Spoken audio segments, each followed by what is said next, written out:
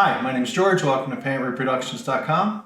Today we're going to be doing our Van Gogh reproduction. I'm going to call it The View from the Chalet.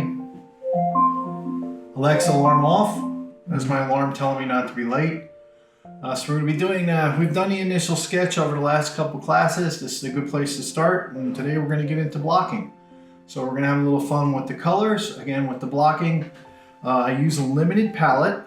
Okay, I use a very limited palette, which is just a few colors. We're going to be adding those in a minute, and I'll be using a color checker.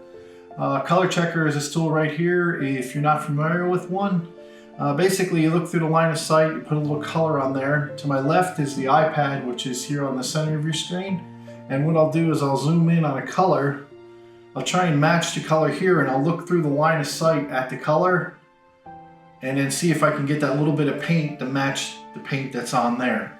Now, before I can actually do that, I've got to figure out what the base coat for the area, the base color for the area is underneath. Because when we look at Van Gogh's paintings, and we really zoom in like I have here on the iPad, and you see these strokes, you can tell basically that the strokes were laid over one layer, over top of another, over top of another, like an onion. So you have to peel back these layers and try and find that initial underpainting slash, what was that initial color he has in here. So what I'm looking for is the most consistently used color throughout the painting. And it may have changed. It may not be the same color throughout the whole painting because he may have done certain areas with that color and then changed colors later. A good example would be, okay, let's take a look at this brownish, it's like a brownish beigeish color right here. And we'll notice here that this is painted and then there's like a light green painted over top of it. That same color is around the window. When we look over here, we actually see it looks like white and the color was added over the top of it. So we see all these different colors and all these in different ways they're used. And here it's just a hodgepodge of a bunch of different colors. So in order to try and do this, what we need to do is find that lowest color first in the area. The bottom baseline color, and that's the one we want to do first, and we want to build upon that based on the area that we're working. So what I want to do is I'm going to probably start off over here in the center. I'm going to start on this center column right here, the center dormer that kind of sticks out. Maybe we'll start on the roof right here, right in the center of the painting. Also too, what I'm going to do is you'll see me every now and then, I'll use I use this to brace my hand on, a little bit of something to steady my hand on here for when I'm painting and stuff like that. However you do it's fine, it's up to you. But I'll use this on here, it makes it, gives me a little more support. And then what I'll do is I'll zoom in and pick that area I want to work on. And like for this one right here, we're going to start with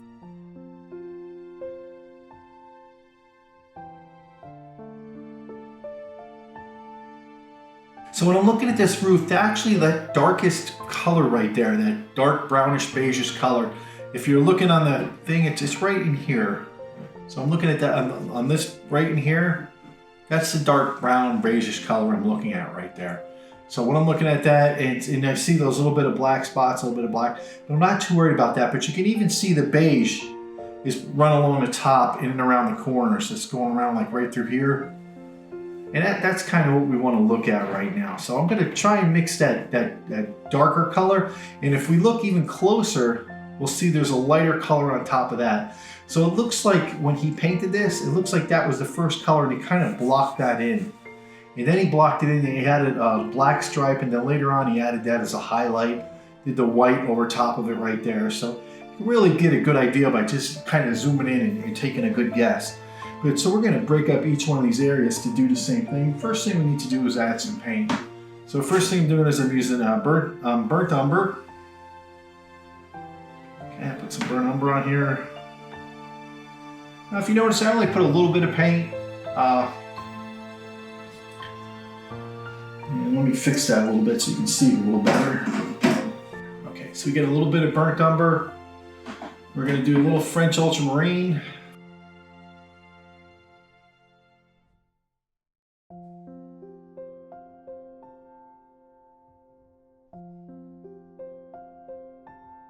Okay, a little cadmium yellow.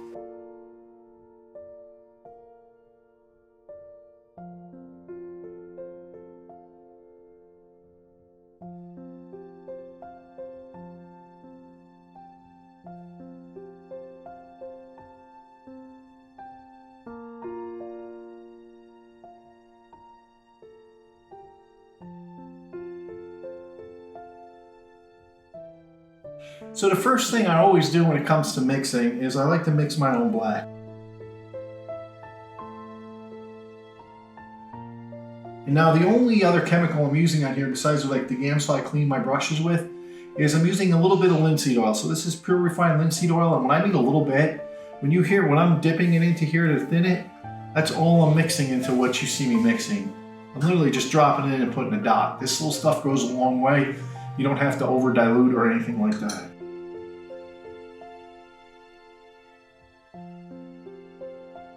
All right, and grab some brown.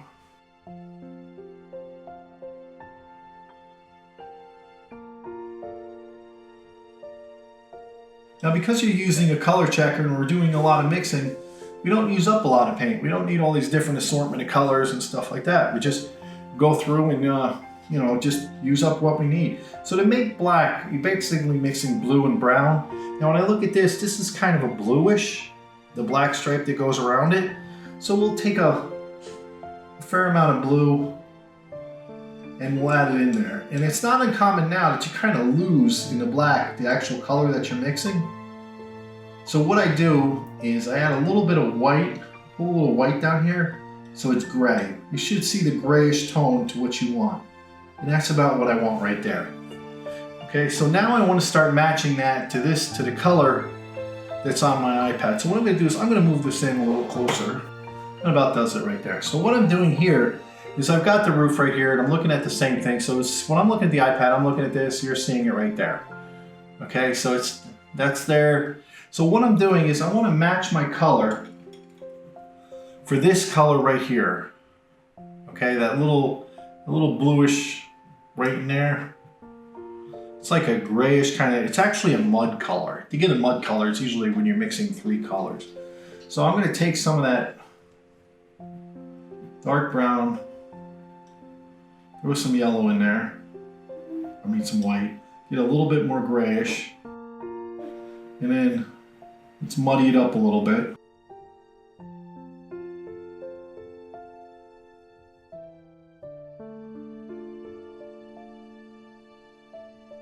When you mix 3 colors, you generally end up with mud. And I'm laying it on here, so what you do for the color checker is you grab a nice soft brush,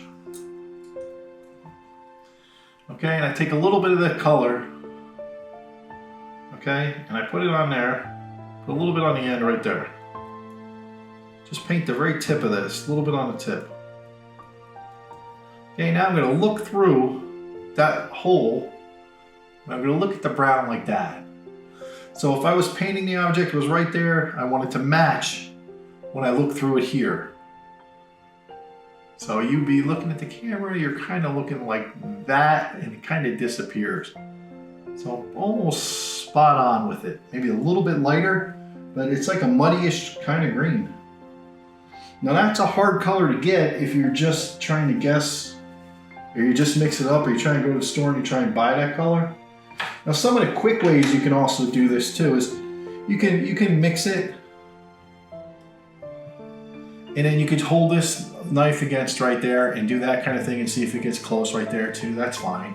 All right, let me move this out of the way now. So when I'm working on my iPad, that's basically what I'm doing is the iPad you got right over here on the right you're looking at. That's all I'm looking at right there. So what I want to do is I'm going to take a small round brush, okay? And I'm going to take a small round brush and I'm basically taking it in here, getting a little bit build up of paint, okay? And I want to start down toward the lower. And there's a little tip right there, so I'm going to kind of get it on the tip. And I'm not trying to make it perfect, okay? I'm just trying to fill it in. Because he's got this pretty heavy on here.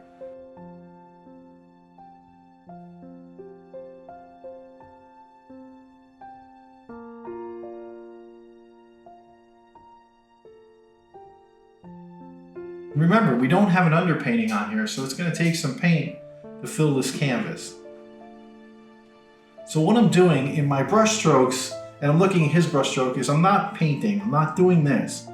I'm kind of laying paint on here, kind of heavy, and just kind of letting the brush bristles do the work.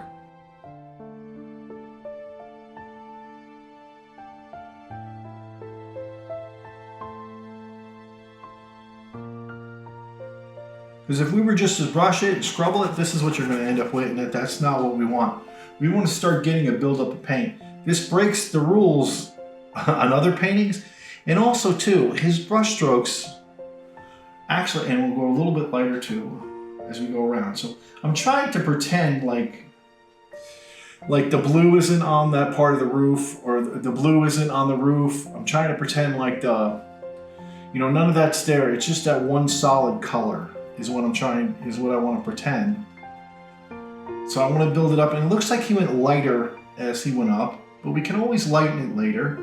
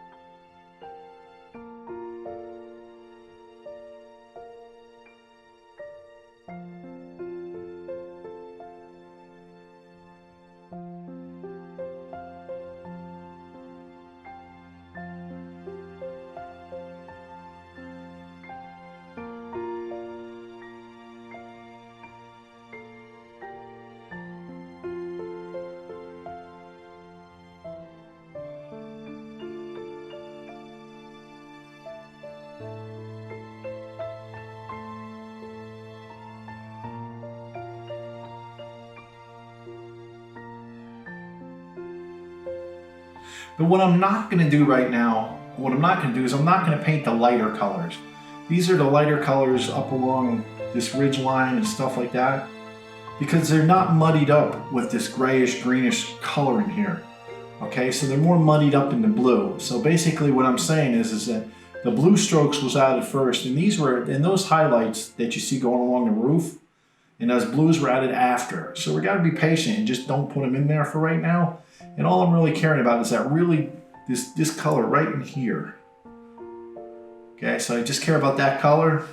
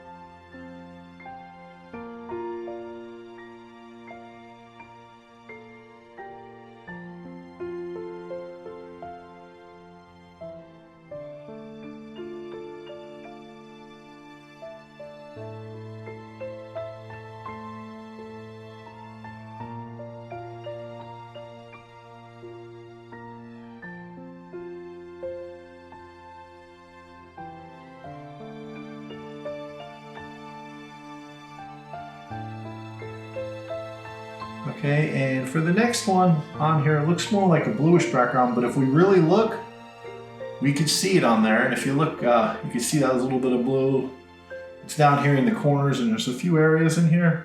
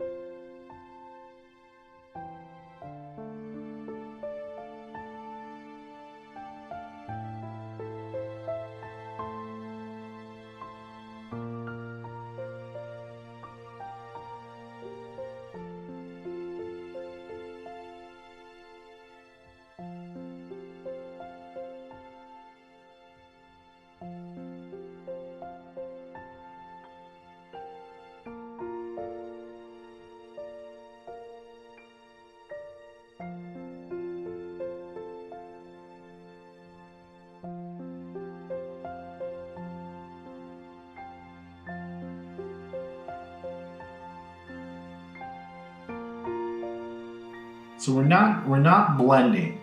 Try and avoid blending as much as you can. In this kind of a painting, impressionist kind of painting, don't think of it as blending. You don't want to blend. Think of it more like a jigsaw puzzle. And you want to get those colors in the right place, just like a jigsaw puzzle piece. So if you're following any of the Monet's big on that, little tiny dabs. Van Gogh's more like long pulls, leaving buildup of paint. So he's not definitely Monet. He's more like, some people say sloppy, but it's not. It's a controlled kind of slop. Controlled kind of sloppy, I guess. And you're not trying to color in the lines. You're not trying to make it perfect, which is kind of hard. Like with me, when it comes to painting, I have a little bit of OCD. So I want to color in those, I want to make it perfect and blend everything and shade everything. So this is really good practice for me because I can. If I do that, it's not going to look like a Van Gogh or his kind of style. It's going to start looking like mine.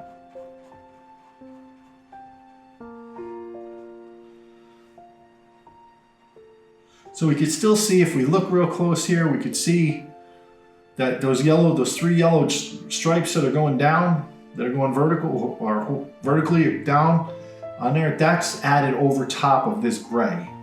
That's what I'm trying to show, is that this gray is here, that gray is right, kind of like that gray right there, it's just right there. But when I'm ready and I want to drag, I'm going to do a drag stroke. I'm going to mix that yellowish green color. I'm just going to drag it down and then don't, just one quick stroke and let the paint basically fall where it may. Okay, so the next thing, we're going to go down and do the same thing here. But I also noticed this little peak on the back here.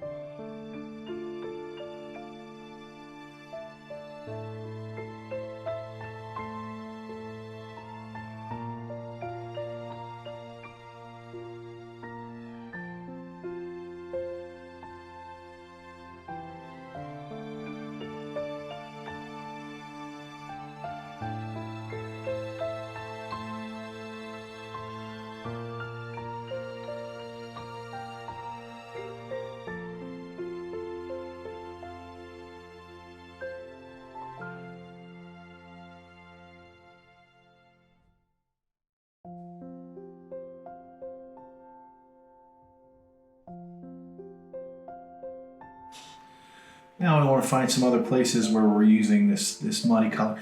Actually, this whole thing right here, but it's a little bit lighter. So we're gonna lighten that up a little bit, keep some of the area dark, but for the most part we want a nice light.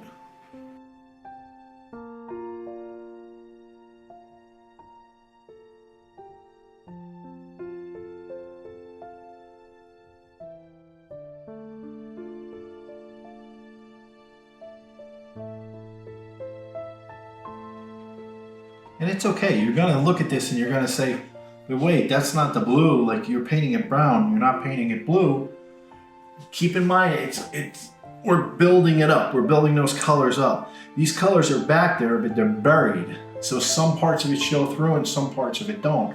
So to be able to do that, you have to kind of build that base first and then bring it forward. Now when he painted this, I don't know how exactly he painted it, but I would have loved to watch his process, and I would have loved to see if he based it out like that or if he just did it real quick.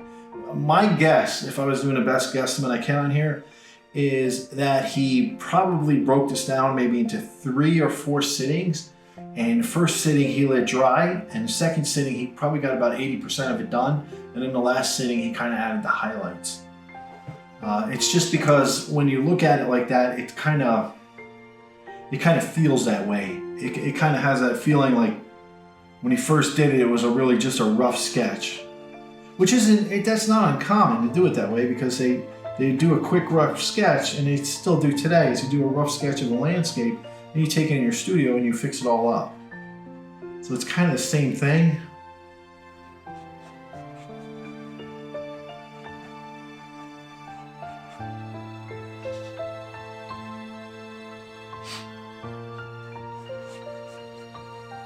Because if we look like here in the corner, we could see we still have that color. That color is still below everything. Or I'm sorry, you can't see my iPad, but that color down there in that corner next to the shelf, that's still that same base underneath. So that base is through all this whole images right here. That concrete kind of base. It just gets lighter as you go down.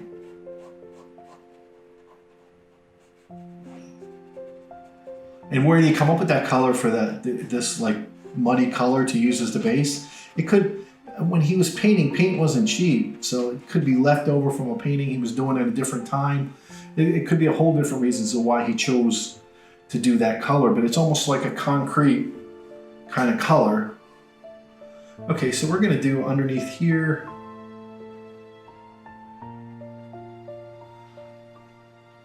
And underneath here is the same thing. When we really look under here, we can see it back there. We can see it on all these different lines through there. Those lines were added after the fact, and they went over a color that wasn't much different than this.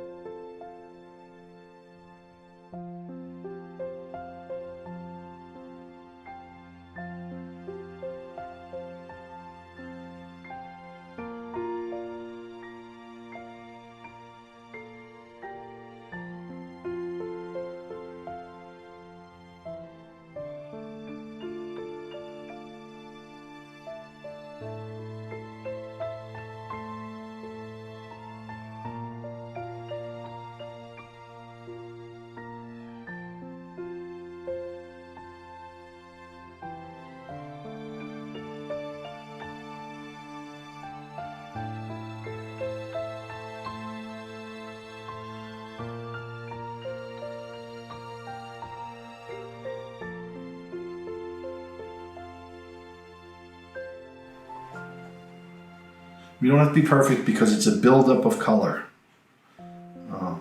It's just, that's all it is. It's just basically a buildup of color. All right, so let's go this part of the roof, this underneath the dormer right here. We can see that that's like the same color here, maybe even just a little more greenish.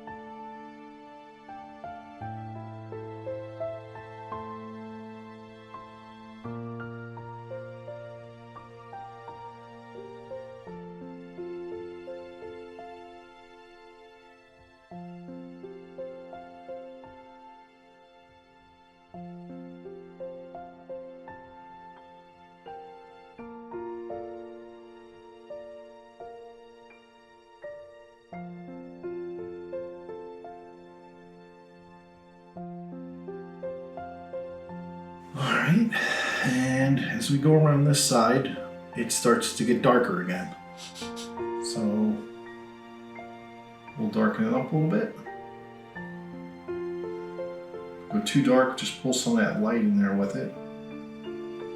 I'm not cleaning my brush. Again, I'm not blending, I'm not cleaning my brush. I want that buildup of paint to stay on the brush. I want to mix. I'm using a small round brush to simulate a small hog's hair brush, like they would have had back then. So it's a hog's hair brushes define Impressionism because they,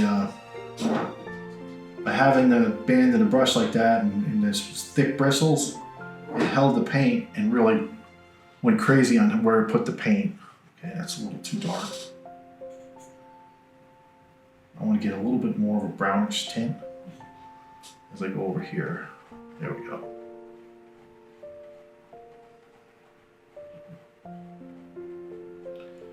All I know is when they first started painting like this, they must have really freaked out a lot of painters, because when you're not painting within the lines and you're breaking rules and breaking boundaries and stuff like that.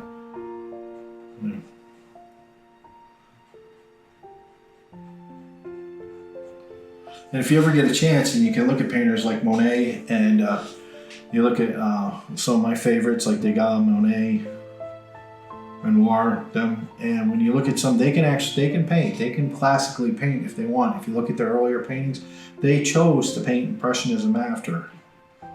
That's the whole point of what I do here. But learning some of these basic techniques like sketching with paint, using a color checker, using a proportional divider, all those things are to assist you in tools to be able to create how you want to paint.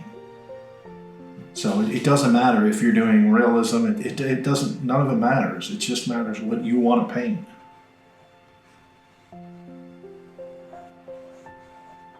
I mean, if you want to sit outside and you got a church by your house, or you got a chalet up by your house that you want to paint, and you want to sit out there and you want to know paint like this, hey, have at it.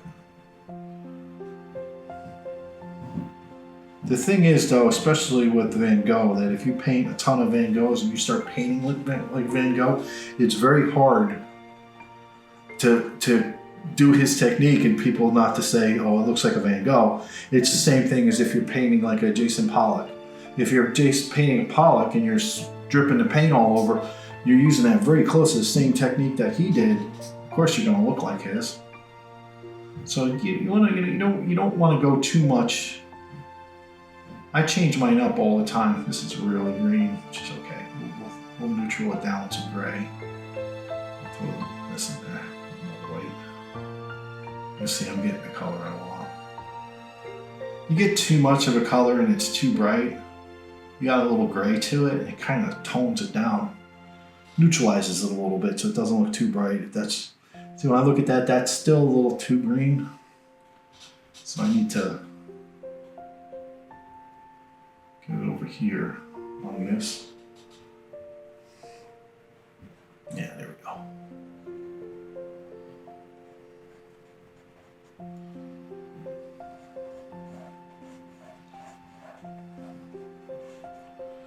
Okay, this one out here is a lot pretty white, so I'm gonna get this, pull some of this over into here. One of the things I've always joked about is if you're doing Impressionism and you're using a limited palette like this, or any palette, by the time you're done, your palette should look like an Impressionist painting. Because it's just stuff smeared in, you're not cleaning your brush, you're dabbing stuff all over.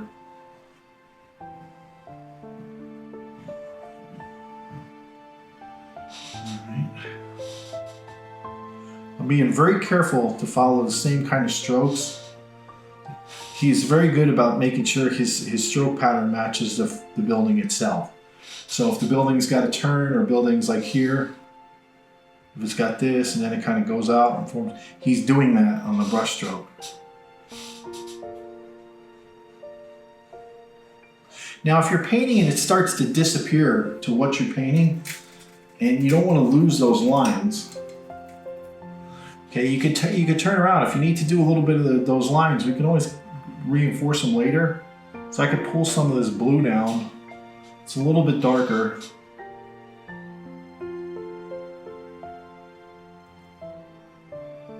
And you could turn around and do this.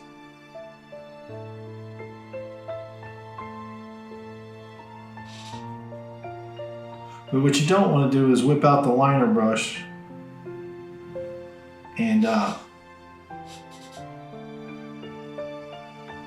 and start doing it like a detail. Which is pretty good coming from me, because I'm the first one to tell you that, I live by the liner brush, but this is...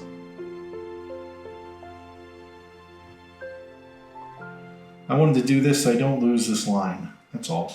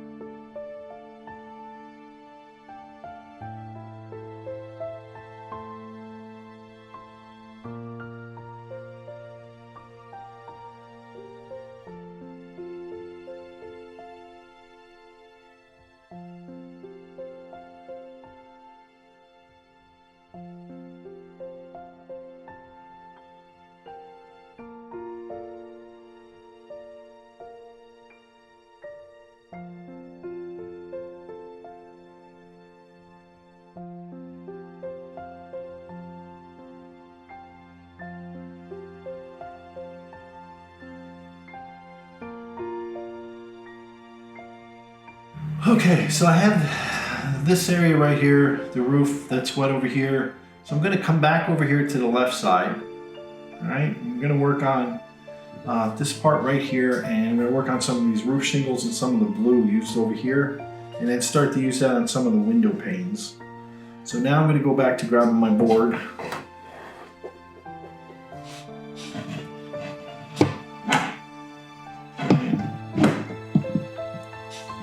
And for the color, it's really, really light.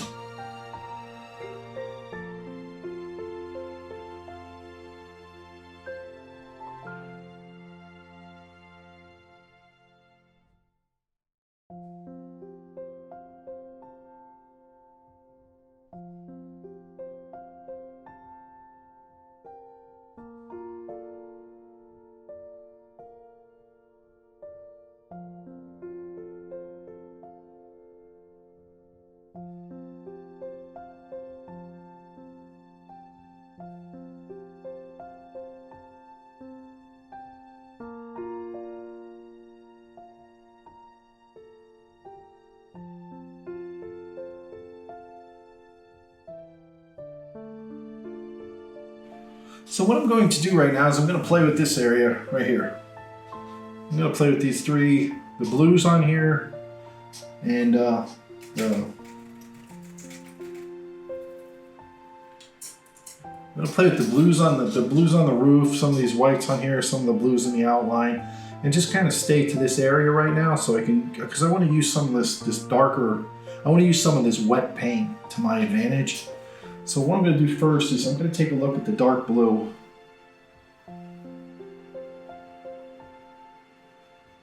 And I want to make sure that the dark blue for the outline, I'm pretty good on this. So I'm looking at my color checker here.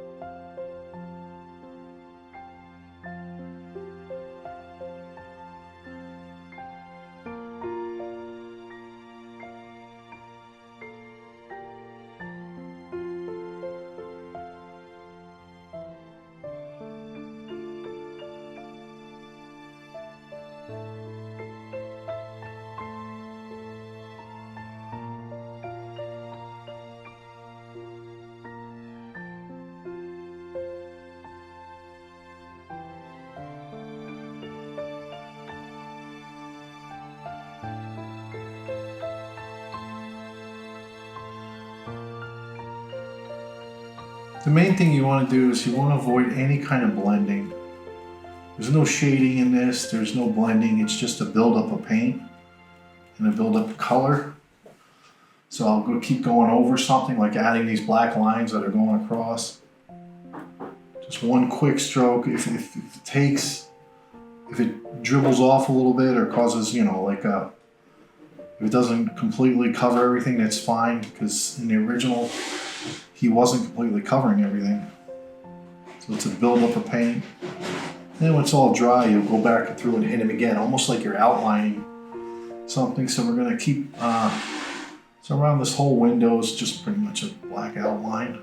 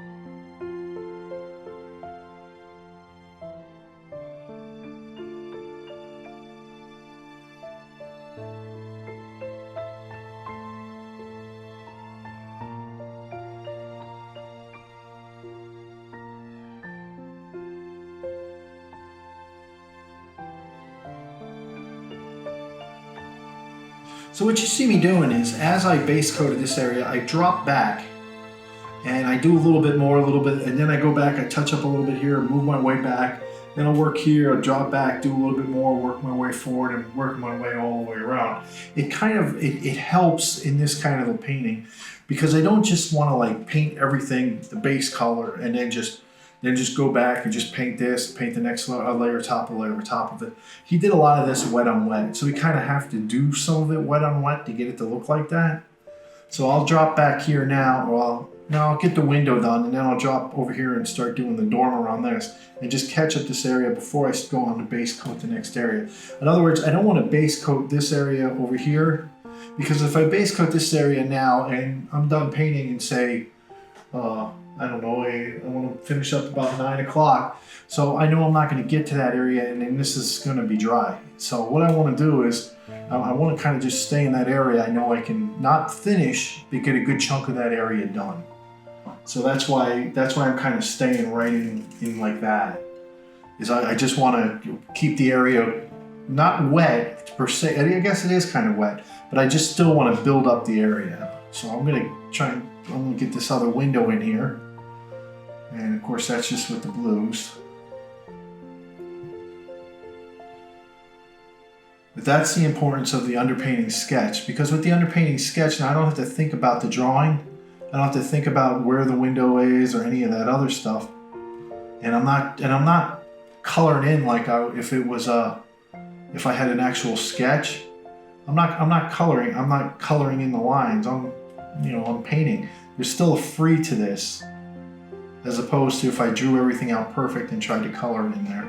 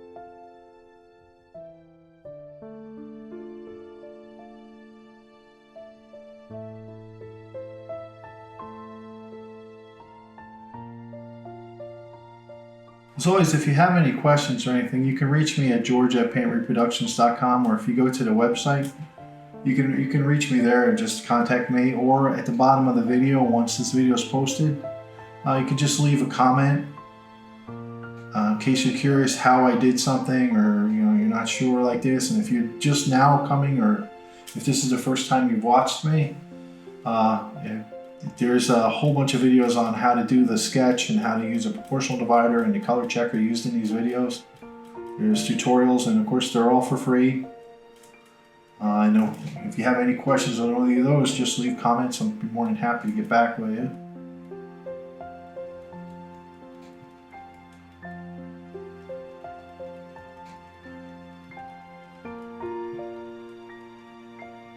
And if you're into detail painting or you're into landscaping, tomorrow night between 7 and 9, I'm going to continue working on the hay wain, which is the exact opposite of what we're doing here.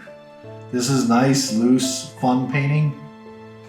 The hay wain's more like serious, very detailed, very intricate paintings. It's a really difficult but fun painting, and we're taking that each step by step, and we're on the color part of that.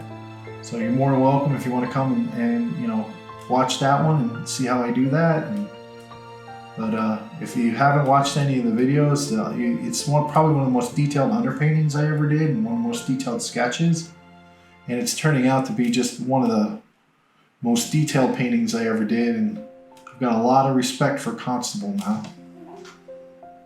I mean, I've got a lot of respect for all the artists. This one right here, I mean, this is such a free way to paint. It's actually kind of fun. It's a very relaxing way to paint. That it's not that you don't care, but I'm sure when he originally painted this, it was fun.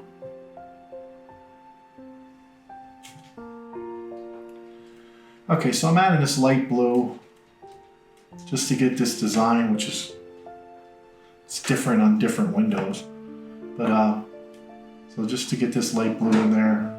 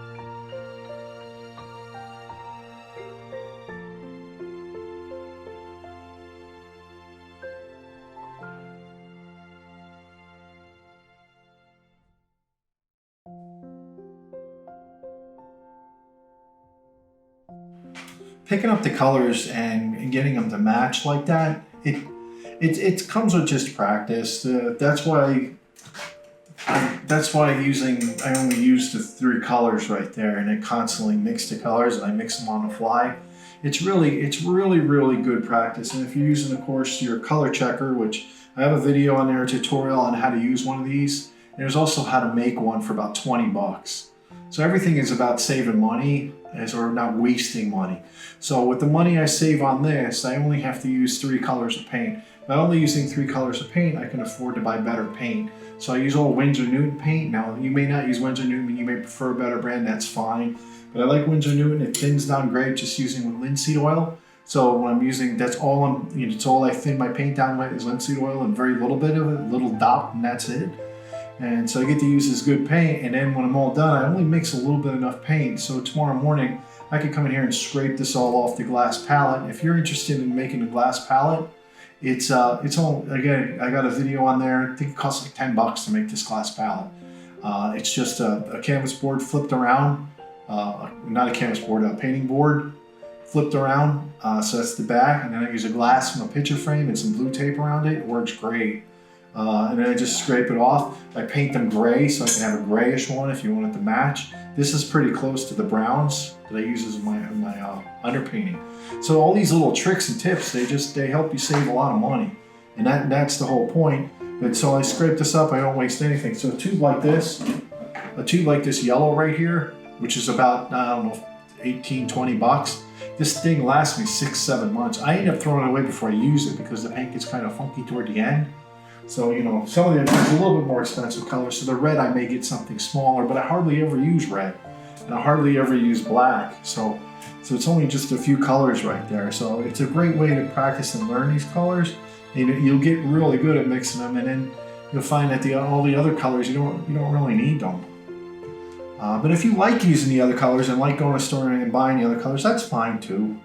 Again, it's personal preference for a lot of this stuff. There's no real set way to do it. You find techniques that you like, and once you have the techniques that you like, you kind of incorporate them into your own style. Whether you use them, whether you don't, it's up to you.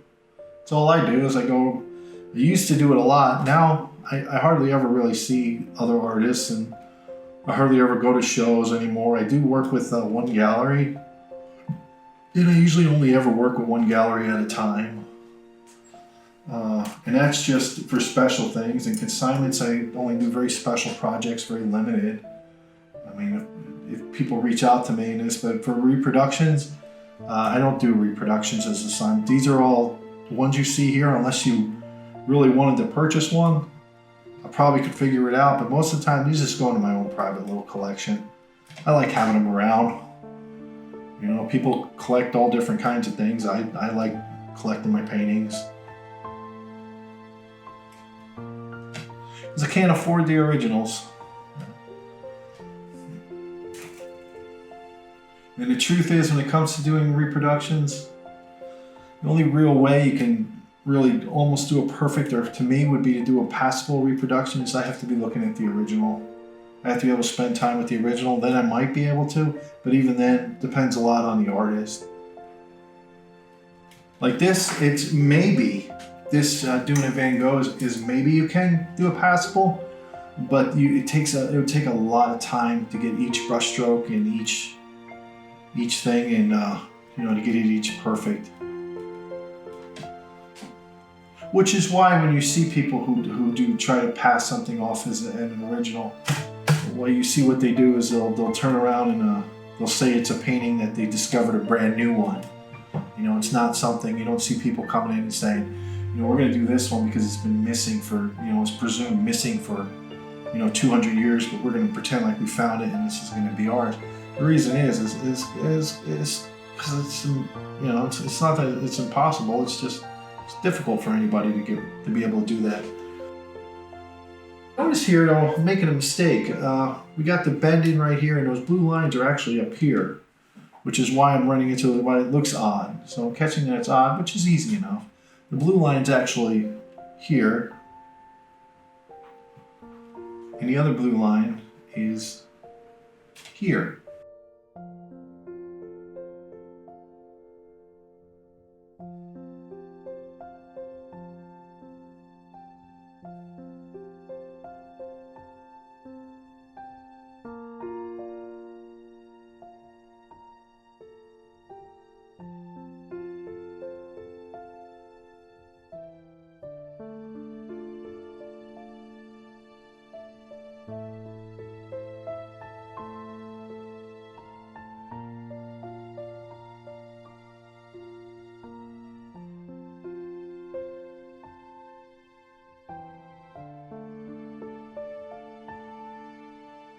So my name's George at paintreproductions.com. We'll be doing this again next Wednesday night. I'll set it up on there, so if you haven't subscribed to my channel, if you can join, that'd be great. And then you can get a notification of when the next class will be. Again, we're doing this is Van Gogh's View from a Chalet. It's something else in French, and I have a really hard time saying it. But so next week, we're going to look at doing this side of the painting, right here. We're going to do this side, and we're going to do some work on here, and we're going to work our way up before we go into working on the ground, which is going to be a lot of fun, the ground and the sky. I hope you enjoyed this. Again, if you have any questions, please let me know, and have a good day.